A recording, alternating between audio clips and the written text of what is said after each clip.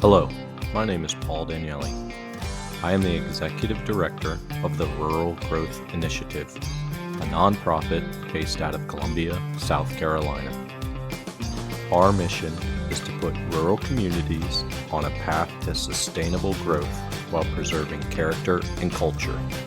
The conversation you'll hear is a message of hope for public school systems that are struggling in rural communities.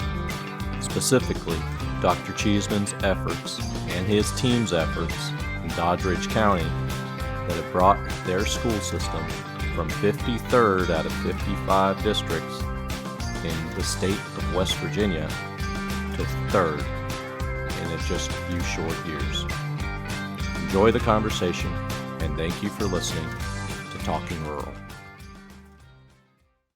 Paul found me in Rock Hill, South Carolina. So we're a small old textile city and the industry passed by and all the new growth went up across the state line to Charlotte. So we were in economic development crisis mode to rebuild our whole community. And at the last 15 years before I retired from the city, I was in economic development, and we were rebuilding our downtown. We were redeveloping our old textile mills.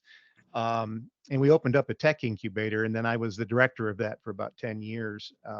So getting our kids, so workforce development was part of that. So getting our kids, capable on coding and seeing where the jobs were. And we ran hackathons, and we had some nice partners locally with Winthrop University and with York Technical College. So we've got the same pieces that you're aware of in other locations. I have a passion for this because I think we helped turn our town around, but I couldn't just be one thing. I had to wear many hats. I mean, I couldn't do my job without workforce development being up front and center, entrepreneurship where we could, economic development as land redevelopment. We had to do all of that. So I've got some experience in a small South Carolina city. This had a lot of success. Yeah. So that's kind of where I'm from. Love this stuff. Love your story. I'm anxious to have you retell it for us. Well, thank you. Tell us about yourself and a bit about your background and how you ended up being a leader in the educational arena. Yeah. Well, first of all, I appreciate the opportunity to chat with you. And so my name is Adam Cheeseman, 39 years old. Been a superintendent of Doddridge County schools for the last 8 years. And so it's a rather unique story.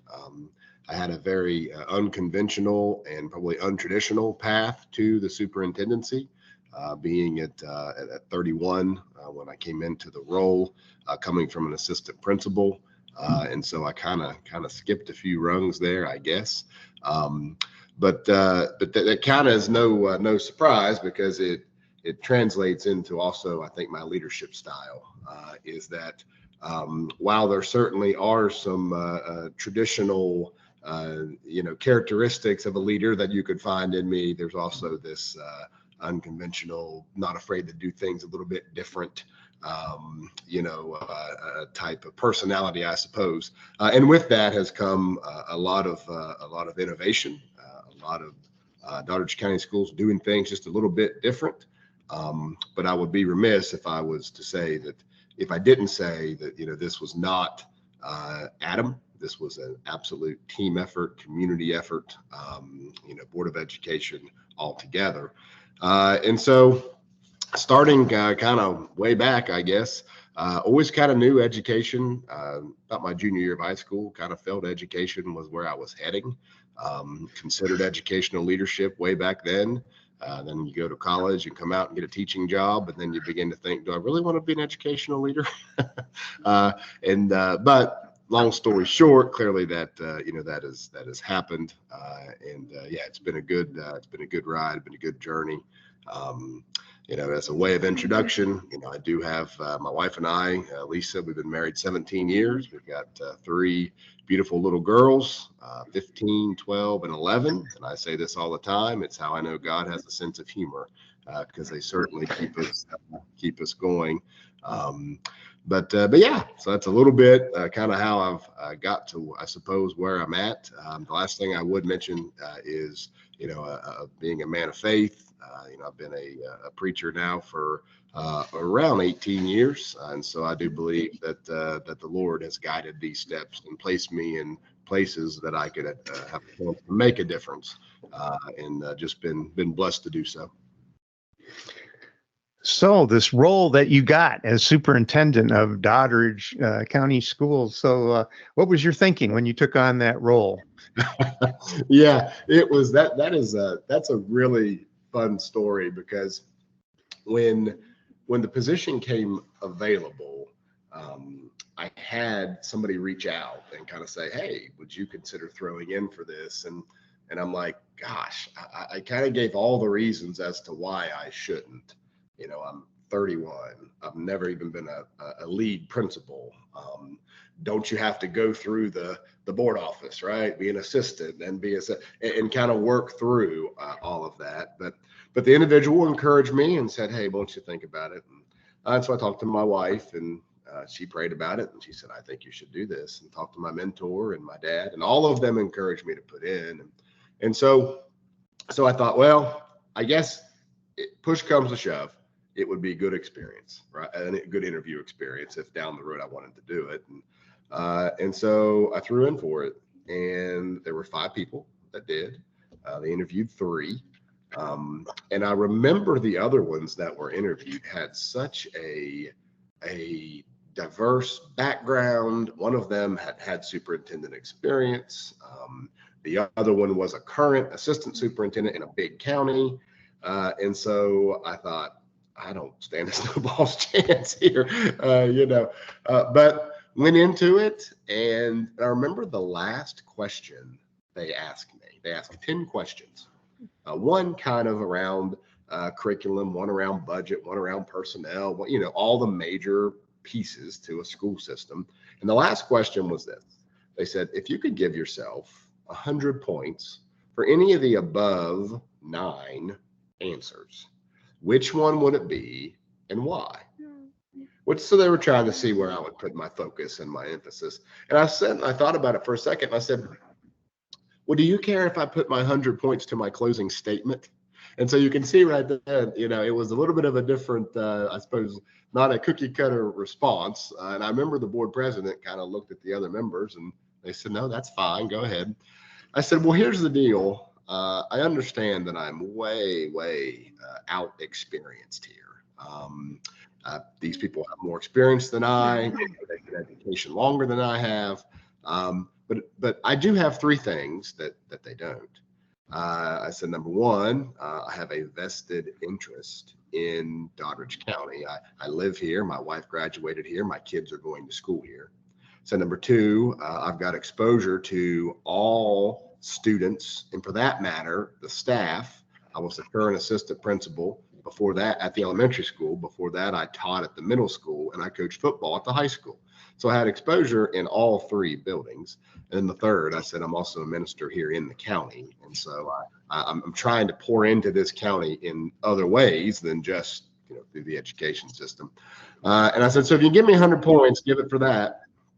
And they said, thank you. Got up and walked out. And that was about 3 o'clock. At 5 o'clock, they called and they said, hey, we've met and we would like to offer you this position. And I'll be honest, to answer your question directly, I just cried.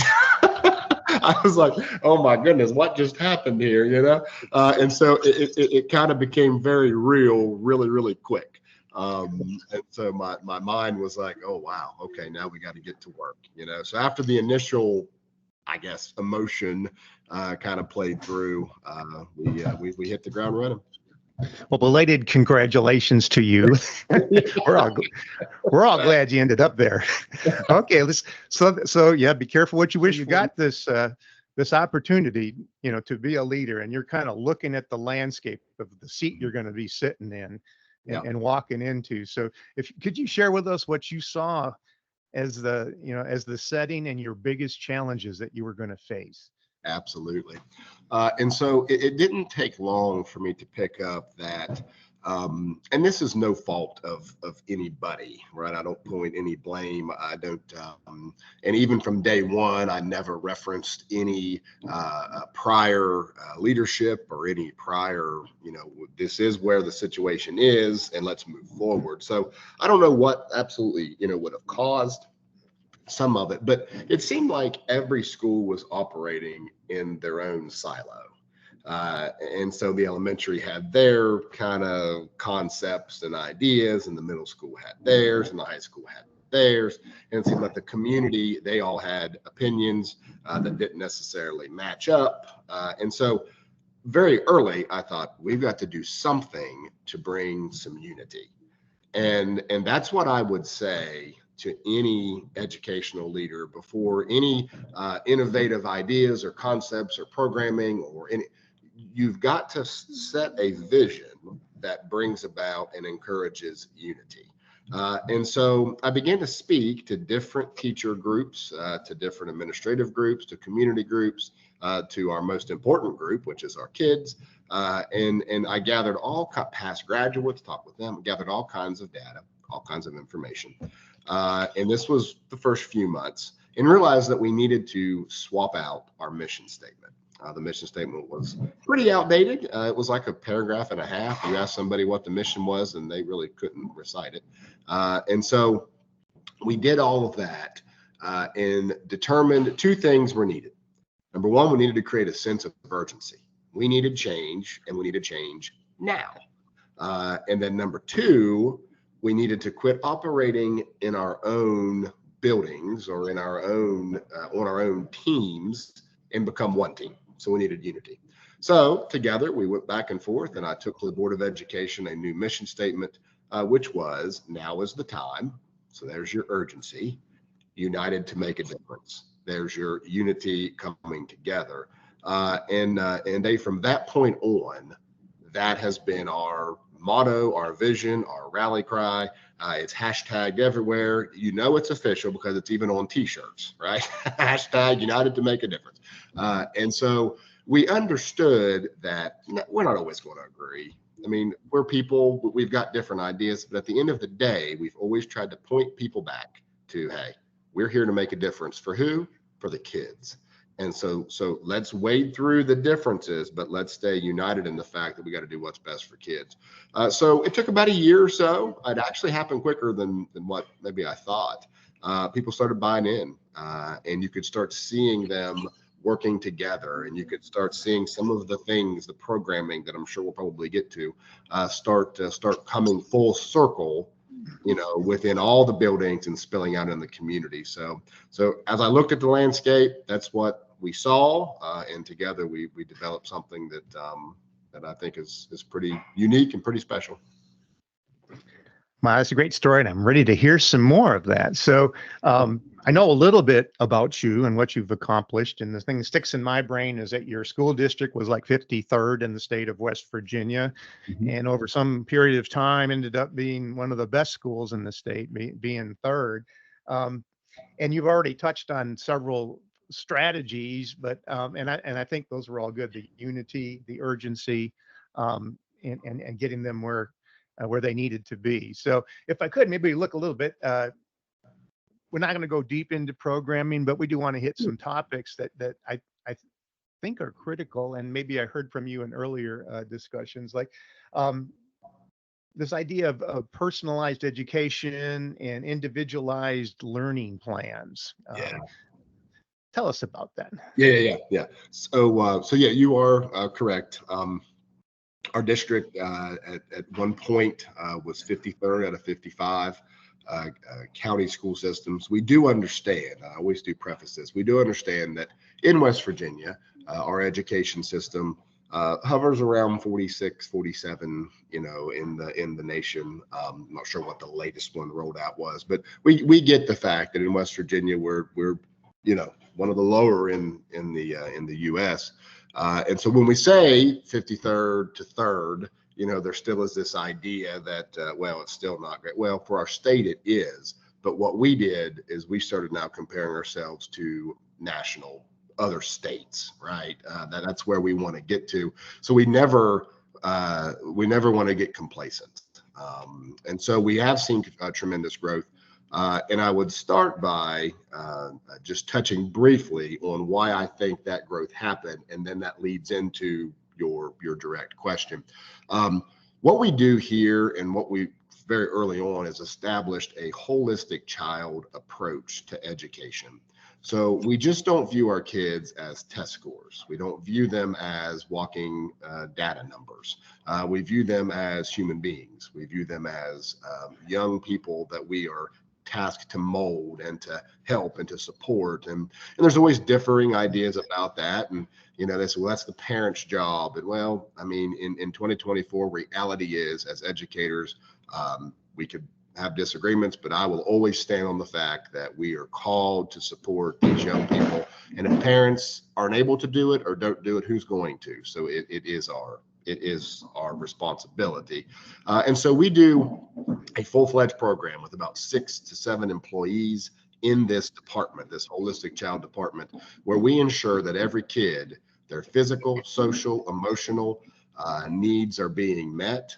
And then from my vantage point, from a personal level, I would also argue spiritual needs are being met in terms of how we are showing love, how we are showing compassion, how we are showing things that Jesus showed us. And while we might not directly be preaching, I believe we are showing that love through this program. And that has been, I believe, the secret.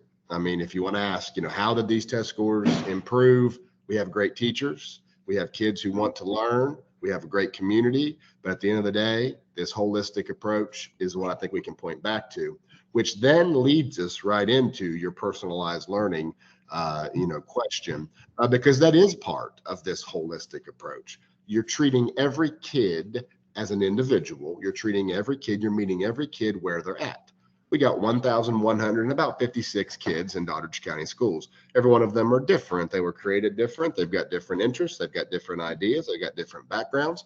And we have a responsibility to meet them where they're at and provide the best opportunity that we can.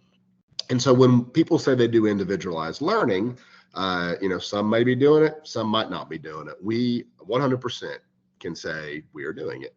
And so we hired a college and career readiness coordinator. And what Ms. Summers does is she meets with every student as they're entering into, she touches base in middle school and then meets with them as they're entering into high school and develops this personalized learning plan that could either put them on the college track or the career track. And we don't emphasize one over the other. It's not, hey, every kid should go to college. If this kid is interested in a career going right into the workforce, then that's what we're going to do. And we're going to support them. We're not going to push them. The days of that, I think, are over. There are students who are walking out our doors that are making a very good income, a very good living without a college degree. It's just not for everyone. At one point, we tried to push that, right? The society pushed it, school systems pushed it. I just don't think that's the case any longer. And so yeah, as part of that, students can enter into multiple associate's degree opportunities. They can enter into about over 300 dual credit chances to, in our high school. We've got about 8 to 9, almost 10 CTE, going on 10 CTE pathways, an own CTE facility. And yeah, we just map out what this plan looks like. We provide the support for the courses in terms of financial. We provide every certification you can think of to get these kids if they're in the CTE path. Yeah, so it is a true individualized education, not emphasizing one over the other, meeting the kid and developing the plan through there. The last thing I would say to this point is we really operate Doddridge County High School like a small college. So I don't know, Tony Caridi, he is the voice of the West Virginia Mountaineers, right? He up in Morgantown, he's been the play-by-play guy for years. Well, he came down and did a presentation at our school, and then also came, and our high school was featured in the game of the week where they had Tony call the game. So he came to our field, our brand new facility. We have brand new facilities. Went back on his talk show the next day and said, I'm no longer referring to it as Doddridge County High School. I'm referring to it as Doddridge County College, because the opportunities they're giving kids, their facilities, everything is just remarkable. So yeah, we operate like that, and I think that's the way in 2024 we ought to operate. And I'm impressed, but things have sure changed since I've come through the school system, by the way. Even West Virginia is light years on a different planet. I wanted to slide over to a topic that's near and dear to my heart as an economic developer, and that is your partnerships with local businesses and industries. You said you had 10 CTE pathways for your students to engage with and follow. And I'm always curious on this question. So how did you engage them and get their buy-in? Yeah. So of those 10 pathways, a few of them were there when I came on, such as business. The business pathway was there. The ag pathway was there, VOAG. There was an art, pathway. So there was your traditional ones that was there. And so like you, the concept of public-private partnerships is something I'm very passionate about. And again, I guess we've never been afraid to challenge the status quo. Typically, when educators or education systems partner with, business, you do things like, hey, we're really in need of a new scoreboard. So could you guys give us a couple grand, and we will put your name on the scoreboard, and that'll be how we partner. But I believe there's so much more to it than that, and I believe that we were missing an important step in getting our kids opportunity and connecting our kids to life beyond graduation. And so we just kind of sat down and we partnered with a company named Jason Learning. Between Jason Learning and their curriculum developers, Doddridge County Schools, and then these individual companies, we have created several localized curriculums. And so the way these work, we reach out to the industry. We say, hey, would you be interested in coming and developing a curriculum that we could teach kids while they're in high school, that teaches them all about your company and how to serve a specific role in your company? So for example, the first one was with CityNet, a local telecommunication company. They came in, they were bringing broadband internet into Doddridge County. So we partnered with them. And so now we've got kids interning at CityNet as they are bringing internet into our county. So what does that do? Well, it gives them exposure. It gives them an understanding as to what CityNet expects. And then on the backside, CityNet says, hey, by the way, we've got some openings upon graduation, or if you got to go to a 2-year degree, whatever it might require, hey, we're going to commit to hire you when you're done. So it also keeps people in the community, keeps them in the region. It helps, so it's a multitude of benefits here for all areas, of, in our case, West Virginia and North Central West Virginia. And so from that point, we did our engineering one with Triple H Enterprises. We did our HVAC with City Mechanical. So we got kids that are helping actually work on our school's HVAC units. You have City Mechanical, but then you've got a student who's helping, that employee do that, fix issues, maintenance, upkeep, whatever it might be. And we had a kid graduate last year, May 20th, was thrown the keys to a City Mechanical truck May 21st and went to work for him the very next day. Why? Because he completed the pathway and he understood what was happening. Hall's Drilling, we've got them partnering with our diesel mechanics class with some truck driving and those things going on there.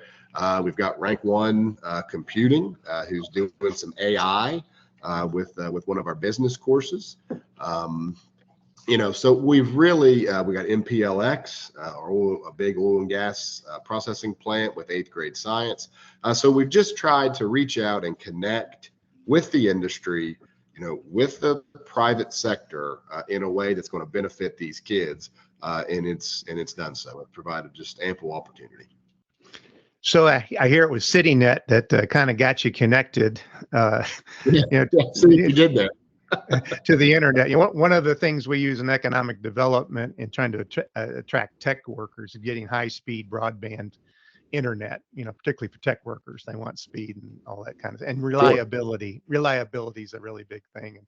And just if you could just comment one more time about having that internet available and how it leverages so much other value for you. Absolutely. Yeah. So Doddridge County has had spots has had pretty solid internet connection for a little while now. There's a couple companies, Shentel operates in one portion of the county, and they have pretty good service. But outside of that, it was really kind of a struggle in places. So we got about 8,000 people in the county, but our county by size is really one of the bigger counties in the state in terms of land, not necessarily people. And so there's a lot of places. So we're kind of spread out, a lot of remote places where internet was not at. And so this is a real game changer. Really benefit, of course, this started prior to COVID. And then COVID came, and boy, we're thinking, man, if that could have just happened a couple of years before that, you know what I mean? But that's really what launched our thinking a little bit, that, hey, we need to engage with these folks and kind of get connected. So yeah, it is really a game changer in terms of school calendar, in terms of flexibility, in how teachers can offer assignments. It truly makes a world of difference. Now, one unique thing about this curriculum that we put into it, every localized curriculum, we put in a community piece, meaning teach the kids to give back to the community. So in this one, the challenge is, and it's a very unique, is as CityNet's turning the internet on throughout the county, those folks, those first-time internet users, or people that may struggle with even turning a computer on, can call the high school, and the high school will send them in to the entrepreneurship kids, and those kids can actually help and serve as a help desk per se to do some of the basic type of issues, right? Fix some of those basic things, and so now we're showing the kids that, hey, we also give back, right? And this is how you do that. And each one of them have that component. So yeah, the first one being with the internet has been special. It's been unique, and something our kids, those that went through the process, can say for the rest of their lives, hey, we had a part in bringing internet to Doddridge County. Fabulous. And in our town, ours, we had internet. It wasn't as reliable as we needed it, but we got the local tech company to lay fiber for us, and that gave us gigabit speeds, and that's been a nice upgrade. So there's a future with upgrading your wonderful technology already, absolutely. I guess. I wanted to kind of ask you to think a minute about the measurable outcomes that you have seen as a result of what you have done in the school district. Yeah. And how has the community at large benefited from all of that? So sure. Well, I would start with the educational outcomes, and then kind of bleed over into the community. The first we cited, all of this together, I believe our achievement scores have shown growth. Last year our fourth grade math scores came in, they were about 70% proficient, which is a very, very high number. Our third grade was very close this year. The scores are still embargoed, but I can tell you I can smile about them. Let me just put it that way, right? So we're continuing to see an increase in achievement, and part of it is this innovative approach with the holistic child, all that wrapped together.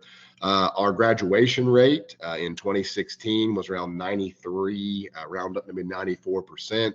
Last 2 years have been 100%. So every one of our seniors that come have graduated. Why? We're starting to see the benefit of this individualized program, right? We're following these kids, we're supporting these kids. Enrollment, when this program really started, was around 2021, coming out of COVID, although we started laying the vision and groundwork prior to, and then had a little interruption like the rest of the world did. It really began with our college and career readiness coordinator in 2021. Our enrollment at that point was 1,079 students. As of yesterday, or last week, I should say, 1,155. So we've seen about a, what is that, a 50 to 80 student roughly spike over the last 2.5 years in enrollment. What does that mean? Well, that means families are moving into Doddridge County. Why are they doing that? Because of the education system. And we ask them, why are you here? Well, because of what you're offering, what you're doing. And so we're starting to see an enrollment increase. In terms of the state report card, they put that report card out. There's about 11 indicators. We were one of 2 counties in West Virginia that met every indicator. And so out of 55 counties, us and actually a neighboring county were 100% compliant, 100% approved, whatever you want to call it. And then they threw out another color-coded report card where they will, red is does not meet, yellow is partially meet, green is meet, and then blue is exceed. Our report card was scattered with green and blue. Couple partially meets in there that we need to work on. But where we really excel is the post college or post secondary readiness component, which is your CTE, which is your AP courses, your dual credit, all of those. We are blue. We are far and beyond there. And so then in terms of the community, obviously when enrollment goes up, means population has went up. And what we're seeing now is businesses are coming to Doddridge County. So it was just announced a couple months ago that a company called CPV Energy is going to come and build a electric processing plant in conjunction with MPLX, which is the National Gas Processing Plant. And so we're starting to see businesses now come in to the county. And I just really think some of it is because I guess Doddridge County has kind of been put on the map, so to speak. And so yeah, we're starting to see businesses reach out to us, right? Instead of us having to go and say, hey, can you want to come and partner? We've had them call us now and say, hey, we'd like to do this with you all. So yeah, there's been some tangible outcomes. There's been some very, very positive results, both from the education side, and then it's bleeding over into the community. Overall, I would say this, to sum all that up, that the sense of pride that has been just spilled out countywide is something that really makes me smile, because this community for so long, was used to not having a lot, and not saying that that the people have a lot now, but there is something for them to be proud of, something that the kids can be proud of, something that the community members can look at their high school and say, my goodness, look where they've come. And we put things out on social media and people just love it, right? And the people that's graduated and moved away, they share it and they say, this is my hometown. I'm proud to be from here. And so the sense of pride that it's created, probably, David, might be the most important piece of all of that, right? So anyhow, the hope that's created from it, and yeah, it's been neat. Awesome. I'm excited just listening to your excitement. That sense of pride and how important that is, it can make a lot of things happen. Let's slide around a little bit now. So teachers are in this equation, Yes, and they are. I'm sure that there are some maybe some teacher pay and job satisfaction impacts of what you've been able to achieve. Yep. Yeah, our teaching staff, I say this all the time, would put them up against anybody. They work hard, they're dedicated. And right now, we've had a couple retirements, so we got to fill those jobs, but they'll be filled. Doddridge County Schools is the only county school system in West Virginia that has a 100% certified teacher grade, I suppose you could say. We have no uncertified professionals in the classroom. We have no vacancies, professional vacancies, and in a time where there is a severe teacher shortage, not only in West Virginia but throughout the country. I think that's a pretty special, thing to say there. So we've got people coming to us. We've again, I hesitate to say this too loud as some of my fellow counties. I don't think they'll be listening, but we've taken bordering counties teacher of the years. We got people jumping ship over to Doddridge County. I've took phone calls from some of my colleagues before and said, why are you taking our people? And I said, I'm not taking them, right? They're applying for the job. But you mentioned teacher pay. We have been able to give, because of some of this success, we have been able to give our teachers a decent bump. We gave a 10% raise. The county did back in 2016, actually when I first started.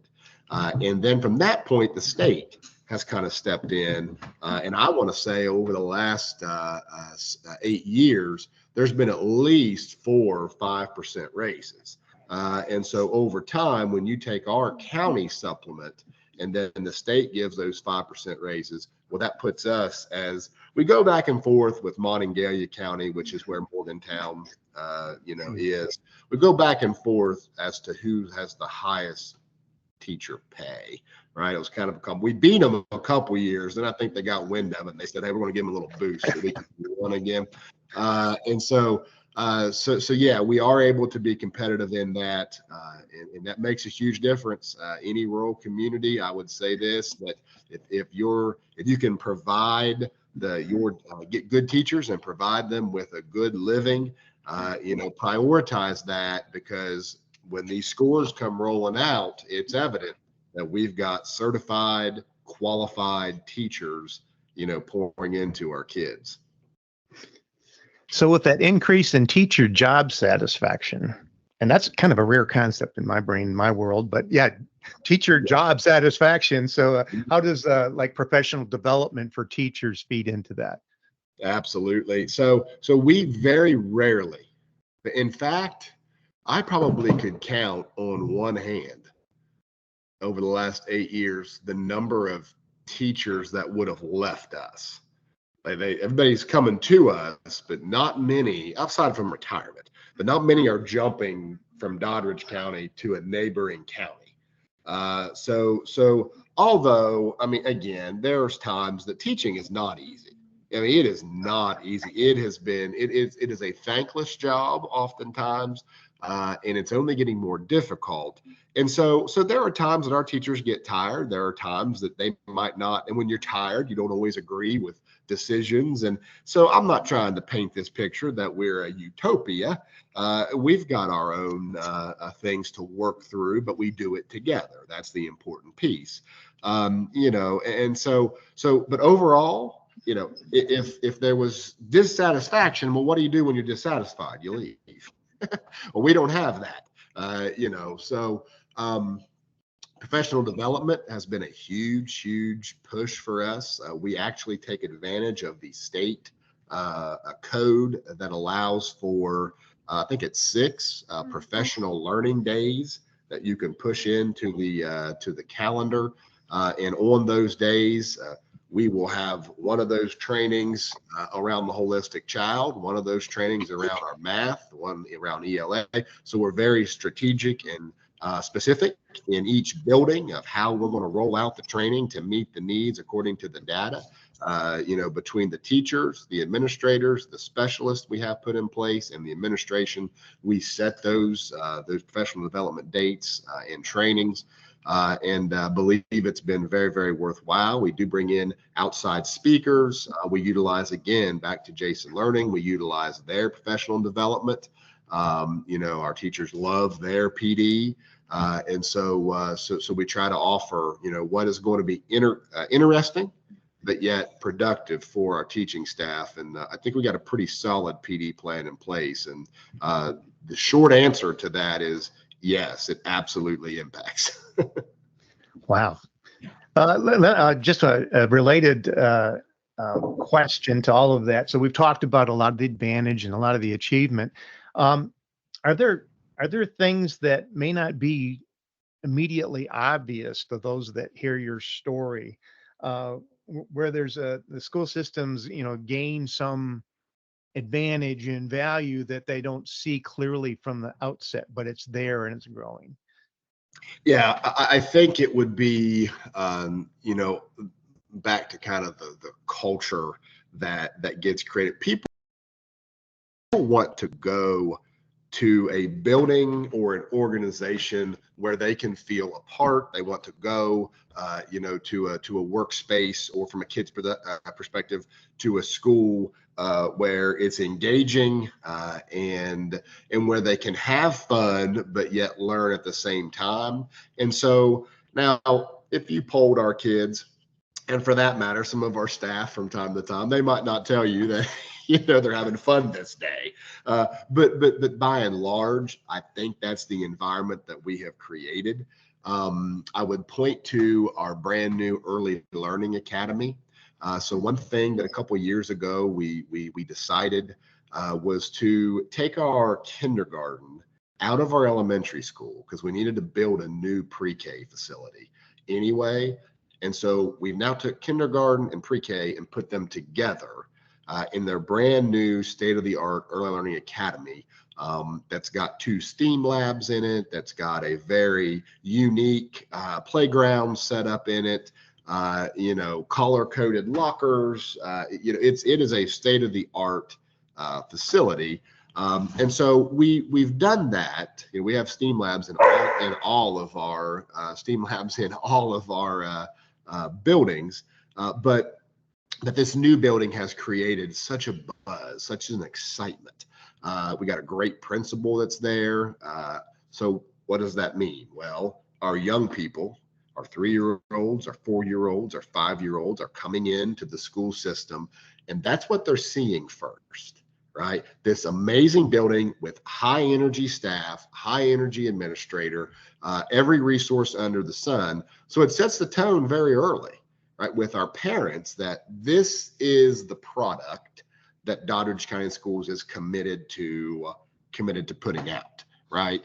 But I would say this, that it doesn't take a brand new building to do that, right? So if you can set the stage early with high energy people, with people who are called to the profession, and just differentiate yourself from any other system, that creates a buzz, and that creates a culture and an expectation. So you don't always see that result, right, in the immediate, but year after year, and you work and you work and you work, and you just keep steady to the vision, you start to see those outcomes, and then it bleeds over into your graduation rate, into your enrollment, into your budget. I mean, all of this, plays a part. So I would say it's an intrinsic, sense of, go back to it, hope, pride, excitement that has been created, that maybe other places aren't experiencing at this point. But what we've done, David, can very easily, I believe, translate and transition into other communities, small rural communities, much like ours. Well, that was my next question. You stole it from me. So good for you. It was going to lead there anyhow. So rural school districts across the country are underfunded and under-resourced, and are lost a lot of times for, gaining attracted attention, so they can get into improvement modes.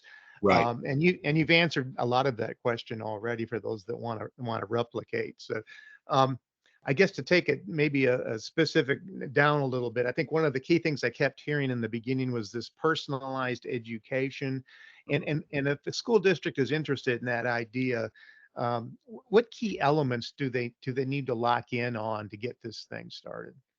Yeah, the first thing would be a mindset shift, and being okay with doing things that maybe, for lack of a better word, this is what we've always done, right? Kind of take that mentality and be open to student opportunity, and be open to what's best for the student. And so it's a mindset shift a little bit.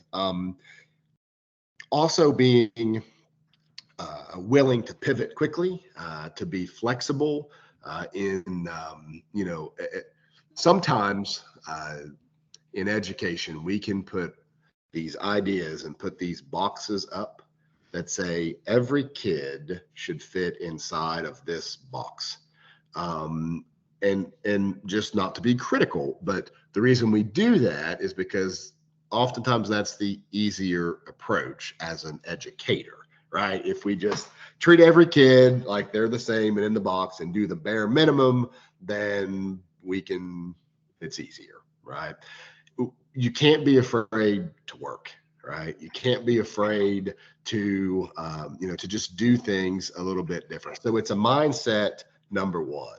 Number two is to engage the students in what interests them, right?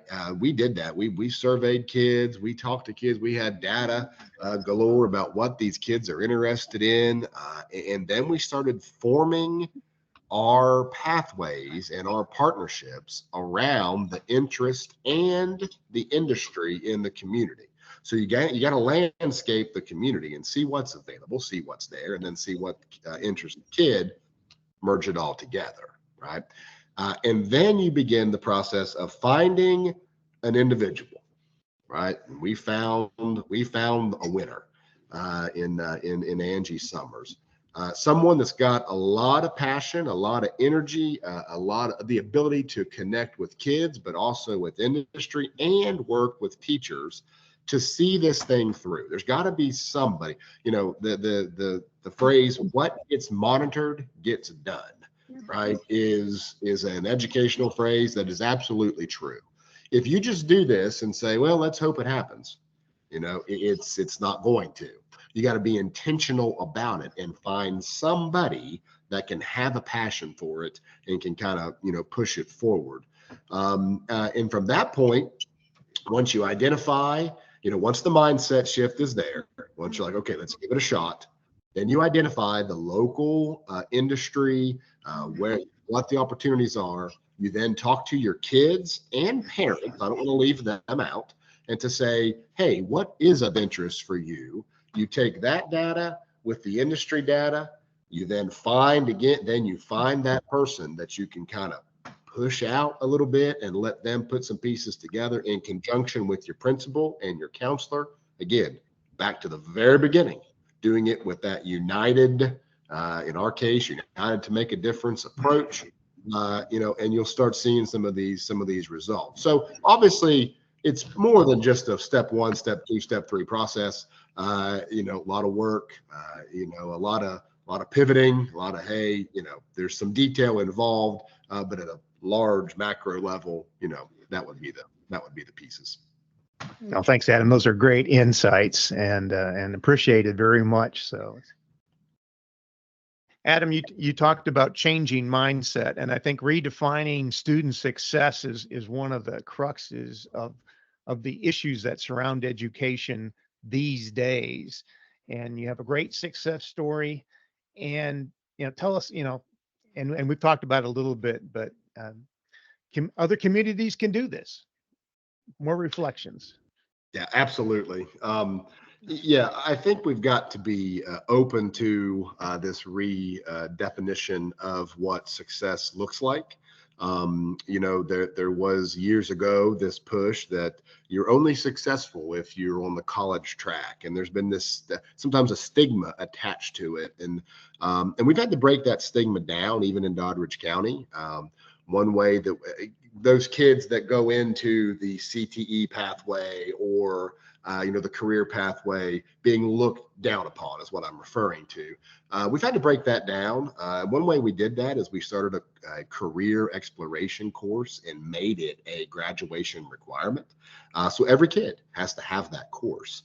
And so it prepares both your college kids and your career kids for life after high school. Look, through intensive workforce development, through our college and career readiness, through our holistic child efforts, through our United to Make a Difference motto, we have seen great student success. And it does look a little bit different than what success of 10 years ago may have been, may have looked like. And what I do know is that these things that we've been able to accomplish here can, and I would even argue need to be replicated in other rural areas. It doesn't take a lot of finance to, you cannot replace vision with finance, right? Someone with a vision, and a plan, you can't replace someone that has that. And so no amount of money can buy vision. So if you've got vision, you got a desire to see students succeed, and you're able to, reimagine learning a little bit, then I believe what we've done here, could really be beneficial for you too. So in the entrepreneurship world, that root of innovation, in this case, maybe redefinition of success for students, we would call that the secret sauce, the There you magic of which this is all built upon. And, Yeah, absolutely. Here you are today. You've got this lovely story behind you that's inspiring everybody that hears it. I know I have taken 5 pages of notes. I've heard you speak a couple times. I got 5 pages of notes of things I have learned from listening to your story, and that I think are awesome. So now that you've done this, so in my world, what's next? What are your next steps? Future goals. So future plans and goals for Doddridge County schools. Yeah, well, I tell you, with every leader gets to the place where they begin to look around and they ask, what else can we give to a county or to a school system, or for that matter, to a company, whatever it might be.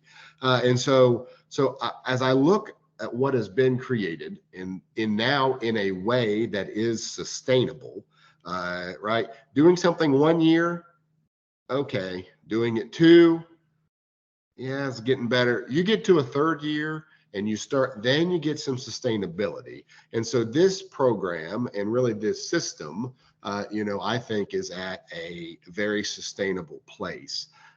So as I looked around and seen that and recognized that, and again, being a man of faith, I've prayed that question, what is next, right? And I believe some of those answers have kind of started coming to light. Through this, there's been some opportunity that I have got, and maybe even some recognition that I'd be quickly to point. I was the 2024 West Virginia Superintendent of the Year, but that's not just me, right? That is an entire team. It's an entire community. And really, at the end of all of this, it's a Board of Education. But at the end of all this, it's our kids, right? That they're the ones that are actually performing here. They're the ones that are actually, when they sit down for their achievement test, they're the ones they're knocking it out of the park. They're the ones that are out doing the job, interning, and it's all really about them. But all of this together has kind of brought me to a place where I think it's time to take that next step. And so I am stepping into to some consulting. I'm doing some keynote speaking. I'll do the keynote at the New York Rural Schools Summer Conference. I was blessed to get the keynote at the Arizona Fall Rural Schools Conference.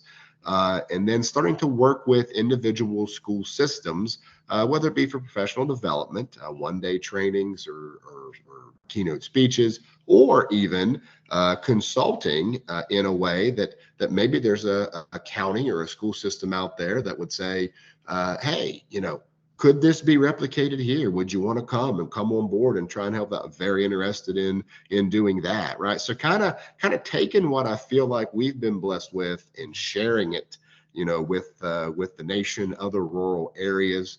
I'm also going to be doing some work with a company called Rank One Computing around school safety in weapons detection. And so I am kind of taking a next step, so to speak, still staying very much engaged in education, but kind of trying to take this story and see if it could not help and support other communities that was much like ours. In terms of Doddridge County schools, I know they're going to continue to thrive. They're going to continue to lead the way. I believe the framework has been set and people are in place. And excited to see them continue to grow as well. So it's a kind of a season of transition, which sometimes can be a little unnerving, but I've got a strong faith and a great excitement about what can happen and really what will happen next.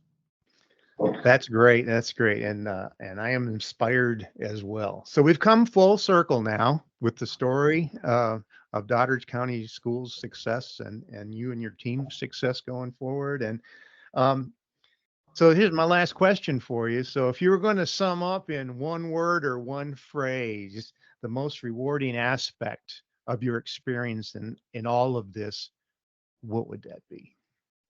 Wow. It would be, I would say, if it's one word, I would say growth. But you've probably already realized this. I don't do one word well. So I would say growth in this, seeing kids grow in their achievement, not only in that, but also as human beings, to see the county grow, to see the system as a whole grow, to see the industry grow, the community grow. So it would be, and not only those extrinsic things, but also my growth in those that I've been able to serve, their intrinsic growth, right? And greater understanding. I could tell you from my perspective, 8 years later, I'm more patient now than what I was. I'm a better listener now. I think I have more compassion now, and seeing God take me on this journey, how I handled things 8 years ago, is not how I handle them now. And I look back and think, gosh, I should have done that different. I shouldn't have said that way. I shouldn't have reacted that way. And now I can see where I'm different. So just, if it was one word, it would be growth. Fabulous. And with that, we'll wind up this interview. Adam, thank you for your time. I just, as you know, I could almost write a movie from the notes I've taken, just seeing it a couple of times. It's been inspirational, and I always enjoy hearing. So that'll conclude this interview. Thank you for your time, and best of luck in the future. Thank you, David. It's great being with you. At the end of the day, the opportunities here explored in this conversation are broadly applicable to any public school situation, especially in rural communities. Thank you for listening to Talking Rural, and we hope you enjoyed our inaugural podcast